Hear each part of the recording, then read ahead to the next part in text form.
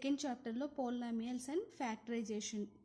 So ఈ chapter introduction అనేది చూద్దాం, ఓకేనా. సో పోలినామియల్స్ అంటే ఏ ఫార్మేషన్లో ఉంటాయి అంటే ఆల్జీబ్రాయిక్ ఫామ్స్లో ఉంటాయి. మీరు ఆల్రెడీ ఆల్జీబ్రాయిక్ ఫామ్స్ అనేవి మీరు ప్రీవియస్ క్లాసెస్లో నేర్చుకుని ఉంటారు. ఇక్కడ జస్ట్ నేను ఇంట్రడక్షన్ ఇస్తున్నాను చూడండి, okay. Suppose there are 6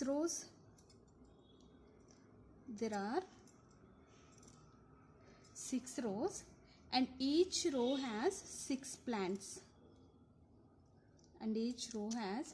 6 plants, in a garden. అయితే how many plants are there in, ఇలాంటి ప్రాబ్లమ్స్ ఇచ్చినప్పుడు ఏం చేస్తాం మనం, 6 rows-లో 6 plants అనేవి ప్లాన్ చేశారు, ఓకే.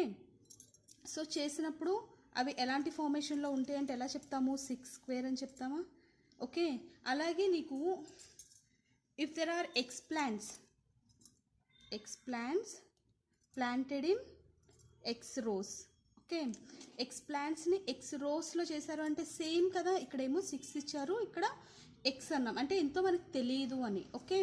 సో ఇలాంటప్పుడు ఏం ఫార్మేషన్ వాడతాం, ఎక్స్ స్క్వేర్, ఓకేనా.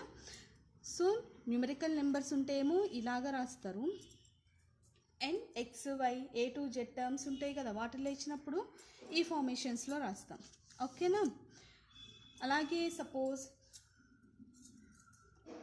The cost of onions cost వచ్చేసి 10 రూపీస్ ఉంది పర్ కేజీ, ఓకే. అయితే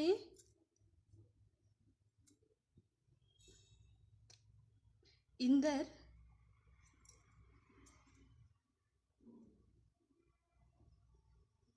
వచ్చేసి పీకేజీ పర్చేజ్ చేశాడు, రాజు వచ్చేసి క్యూకేజీ పర్చేజ్ చేశాడు, అండ్ హనీఫ్ వచ్చి ఆర్కేజీ పర్చేజ్ చేశారు, ఓకే.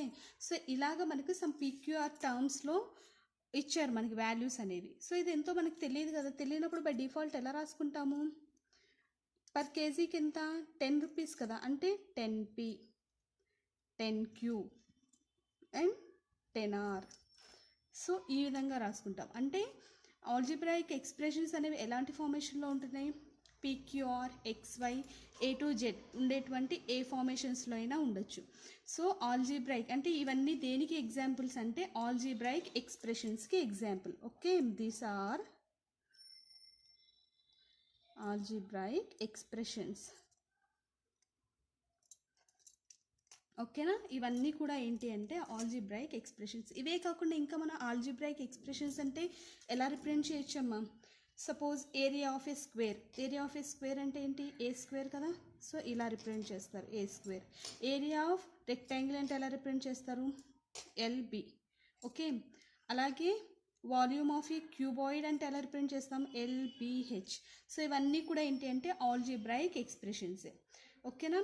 సో ఇలాగే suppose some 3xy, okay, some x square plus 2x, x cube minus x square, suppose 5r square, ax plus b. So ఇలా ఉండేటువంటి ఏ టర్మ్ తీసుకున్నా సరే మనకి అది ఆల్జీబ్రాయిక్ ఎక్స్ప్రెషనే అవుతుంది, ఓకేనా. For example 2x square minus 3/x plus 5 ఉంది, ఓకే. సో ఆల్జీబ్రాయిక్ ఎక్స్ప్రెషన్స్కి పోలినామియల్స్కి డిఫరెన్స్ ఏందో చూద్దాం, ఓకేనా. సో ఇలాంటి ఎక్స్ప్రెషన్ ఉంది, ఇదేమవుతుందంటే మనకి పోలినామియల్ కాదనమాట, ఓకే. పోలినామియల్ ఎక్స్ప్రెషన్ కాదు. ఎందుకు అంటే దీన్ని మనం రాస్తే ఎలా వస్తుంది, 2x స్క్వేర్ మైనస్ 3, ఎక్స్ని పైకి తీసుకొస్తే x పవర్ -1 కదా. So x power -1 is nothing but 1/x. So దాన్ని మనం ఇలా రాస్తున్నాం ప్లస్ 5. అంటే దీని పవర్లో ఎంత వచ్చింది మనకి, నెగిటివ్ వాల్యూ వచ్చింది. 1 అనేది ఏంటిది నాన్న, నెగిటివ్. సో ఇలా నెగిటివ్ వాల్యూస్ కనుక ఉంటే వాటిని పోలినామియల్స్ అని అనరు, ఓకేనా. సో పోలినామియల్స్ ఆల్జీబ్రాయిక్ ఎక్స్ప్రెషన్స్ని ఏమంటున్నాం మనం, పోలినామియల్స్ అంటున్నాం. ఆల్జీబ్రాయిక్ ఎక్స్ప్రెషన్స్కి అండ్ పోలినామియల్స్కి డిఫరెన్స్ ఏంటి అంటే పోలినామియల్స్కి వచ్చేసి పవర్లో నెగిటివ్ అనేది రాదనమాట, ఓకేనా. సో నెగిటివ్ ఇంటిగ్రల్స్ అనేవి రావు. అలాంటి వాటన్నిటిని మనం ఏమంటాము అంటే పోలినామియల్స్ అంటాం, ఓకే. క్లియర్. నెక్స్ట్ చూడండి పోలినామియల్స్ ఇన్ వన్ వేరియబుల్ మీద పోలినామియల్ని ఎలా చేస్తామో చూద్దాం.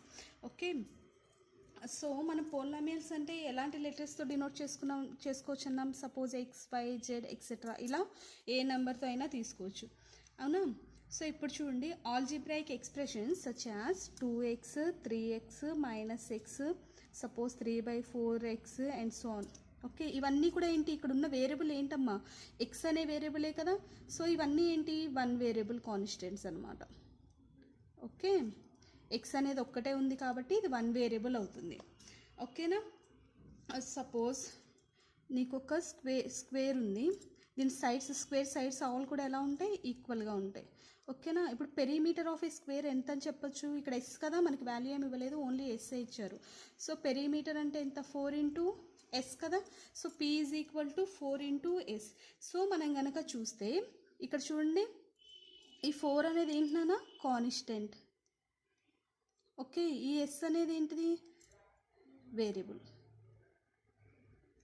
అవునా. సో Pని మనం ఎలా రాస్తున్నాము, 4 × Sగా రాస్తున్నాం.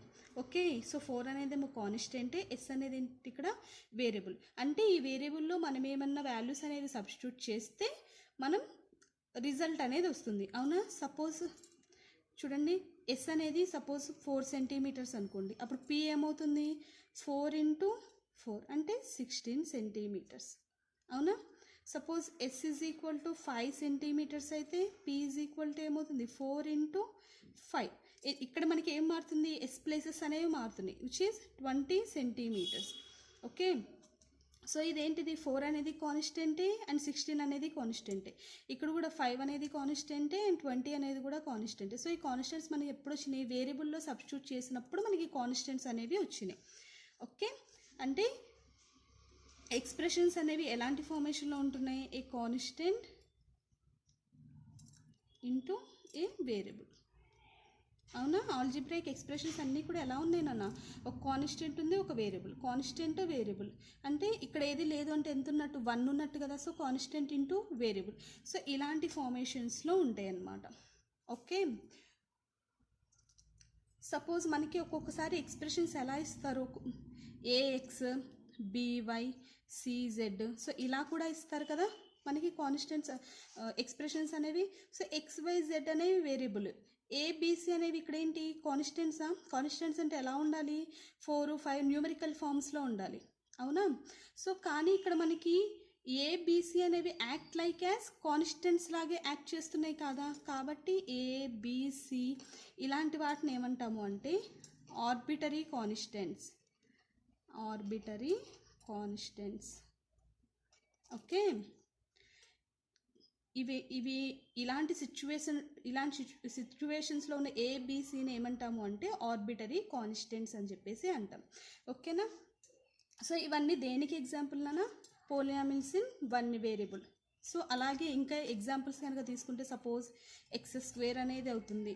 Next x² + 2x + 1, x³ + 3x² - 4x + 5.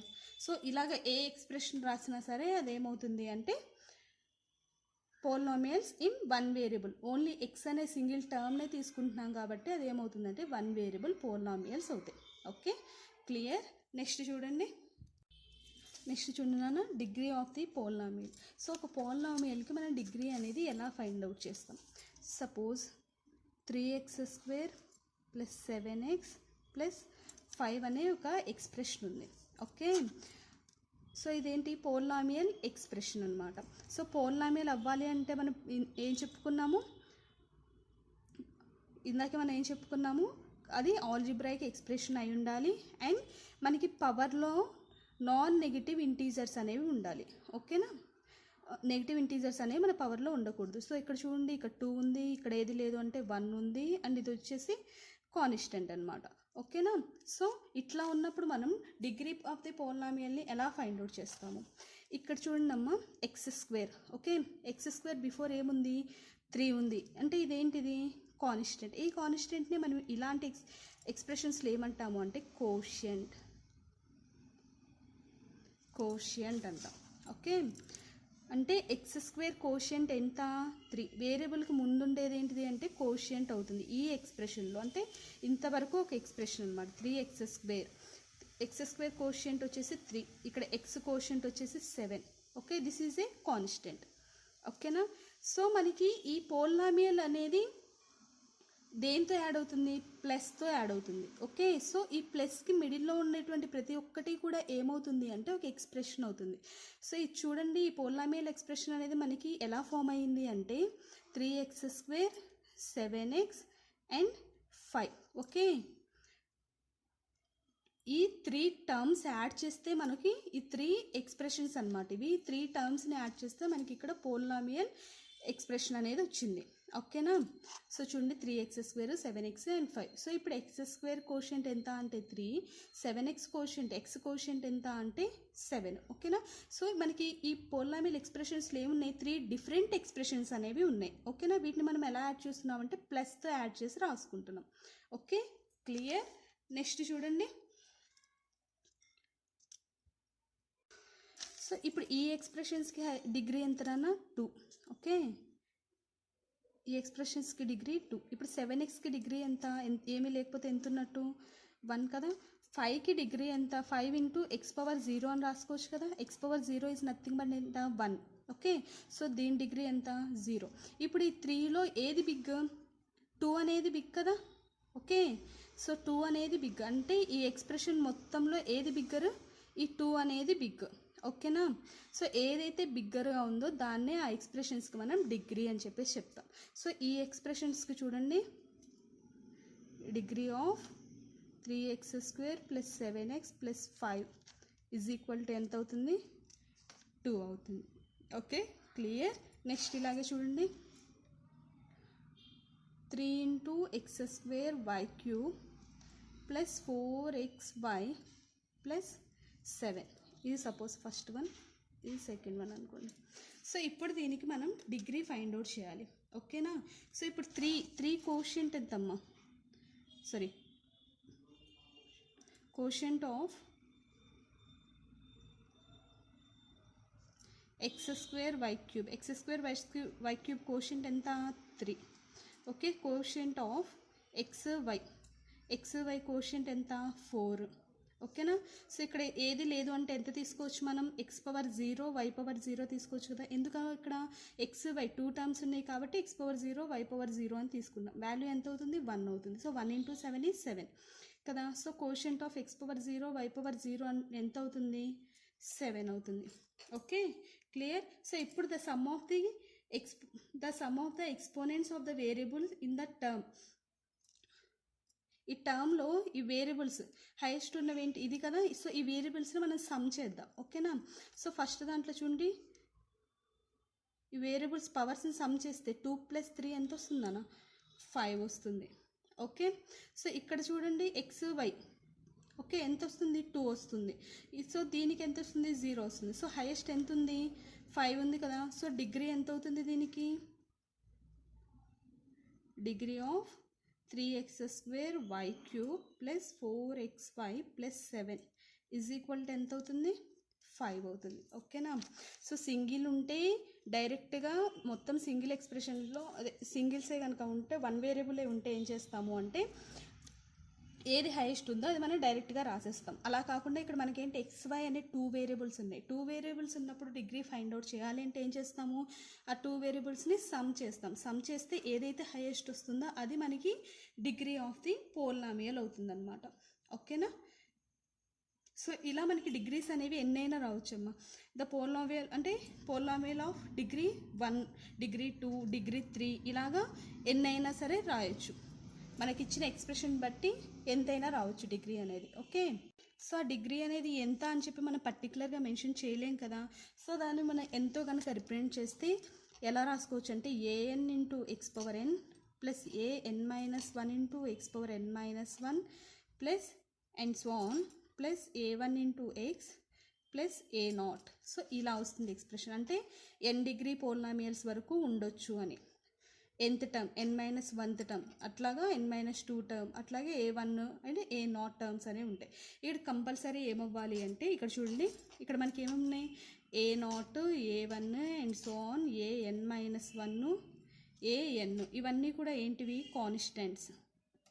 ఓకేనా? ఇవన్నీ కూడా ఏంటి అంటే కాన్స్టెంట్స్ అనమాట. అండ్ ఏఎన్ అనేది ఏమవ్వాలి అంటే కంపల్సరీ నాట్ ఈక్వల్ టు 0 అవ్వాలి. Suppose if a n is equal to 0 అయిపోయింది అనుకోండి, ఏఎన్ అనేది 0 అయిపోతే ఏమవుతుంది?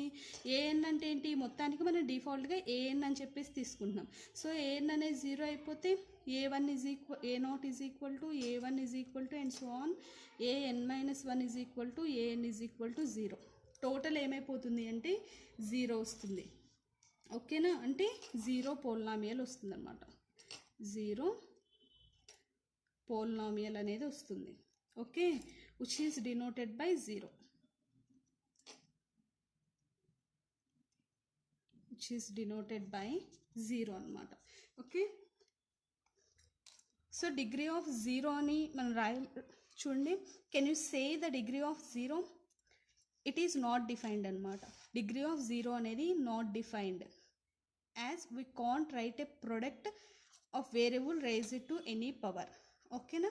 కాబట్టి కంపల్సరీ ఏమవ్వాలి అంటే ఏఎన్ అనేది నాట్ ఈక్వల్ టు 0 అవ్వాలి. ఓకేనా? నెక్స్ట్ 0 పోలినామియల్ అంటే ఎట్లా ఉంటుందన్న? 0 పోలినామియల్ అంటే is equal to 0. Example. Okay, example 0. అలాగే కాన్స్టెంట్ పోలినామియల్ అంటే కాన్స్టెంట్ పోలినామియల్ ఎగ్జాంపుల్. ఎలా రాయొచ్చు constant polynomials? Suppose 2, -5, 1/2 etcetera. So ఇలా రాసుకోవచ్చు కదా. పక్కన ఏంటి? x⁻0 రాస్తే ఏమవుతుంది? అది కాన్స్టెంట్ పోలినామియల్ అవుతుంది. ఓకే,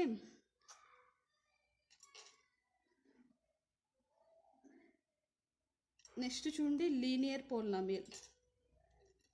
లీనియర్ అంటే ఏంటి? సింగిల్ కదా. సో సింగిల్ పోలినామియల్స్ అంటే ఎలా రాసుకోవచ్చు? ఎగ్జాంపుల్ x-12 -7x + 8 ఎక్సెట్రా ఇలా రాసుకోవచ్చు కదా. సో అలాగే 2 డిగ్రీవి కూడా అలాగే 2 డిగ్రీవి ఎలా రాసుకుంటాము? క్వాడ్రాటిక్ పోలినామియల్ అంటే ఎలా ఉంటుంది? 4x²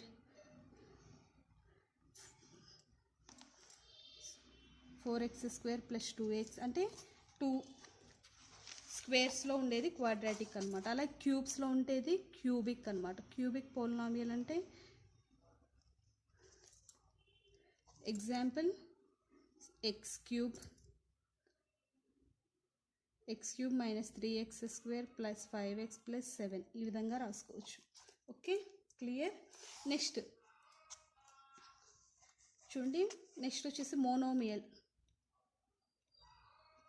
మోనోమియల్ ఎక్స్ప్రెషన్స్ అంటే ఎలా ఉంటుంది అంటే సింగిల్ ఎక్స్ప్రెషన్ ఉంటుంది అన్న. Suppose 3x. ఓకేనా? టర్మ్ అనేది ఒక్కటే ఉంటుందన్నమాట మోనోమియల్. Next binomial. బైనోమియల్ అంటే ఏంటంటే 2 టర్మ్స్ అనేవి ఉండాలి. అంటే సపోజ్ 3x + 5. చూడండి, ఇదొక టర్మ్, ఇదొక టర్మ్, అంటే 2 ఎక్స్ప్రెషన్స్ అనేవి ఉంటాయి. ఓకేనా? సో అలాగే ట్రైనోమియల్. ట్రైనోమియల్ అంటే ఎన్ని ఉండాలి? ఇప్పుడు 3 టర్మ్స్ ఉండాలి. అంటే 2x² + 5x + 1. ఇక్కడ ఏంటి? 3 టర్మ్స్ ఉన్నాయి కదా. ఏమేంటి? 2x² అనేది ఒకటి, 5x అనేది ఒకటి, 1 అనేది ఒకటి. ఓకే, 3 టర్మ్స్ ఉంటే ట్రైనోమియల్, 2 టర్మ్స్ ఉంటే బైనోమియల్, సింగిల్ ఉంటే మోనోమియల్. అలా కాకుండా 3 కంటే ఎన్ని ఎక్కువ ఉన్నా సరే, అంటే మోర్ దాన్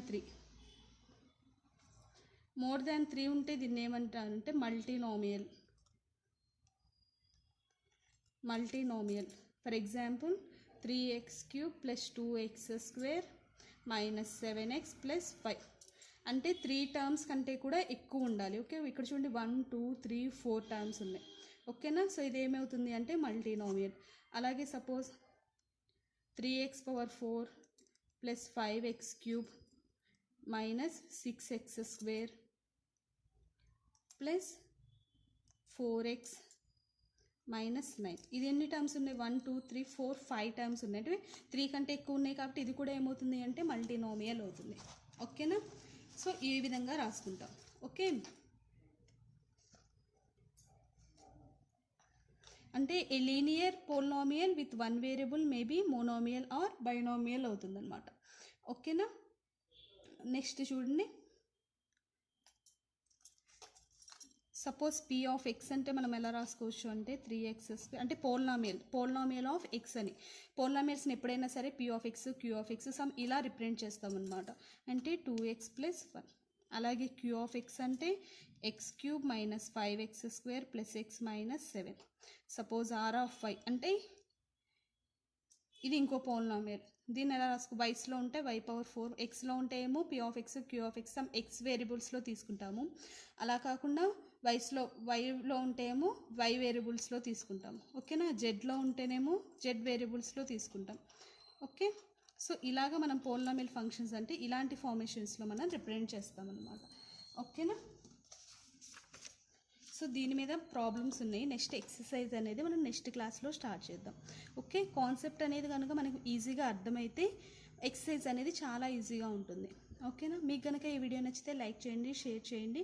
ఏమైనా డౌట్స్ ఉంటే కామెంట్ చేయండి అండ్ సబ్స్క్రైబ్ చేయడం మాత్రం మర్చిపోకండి.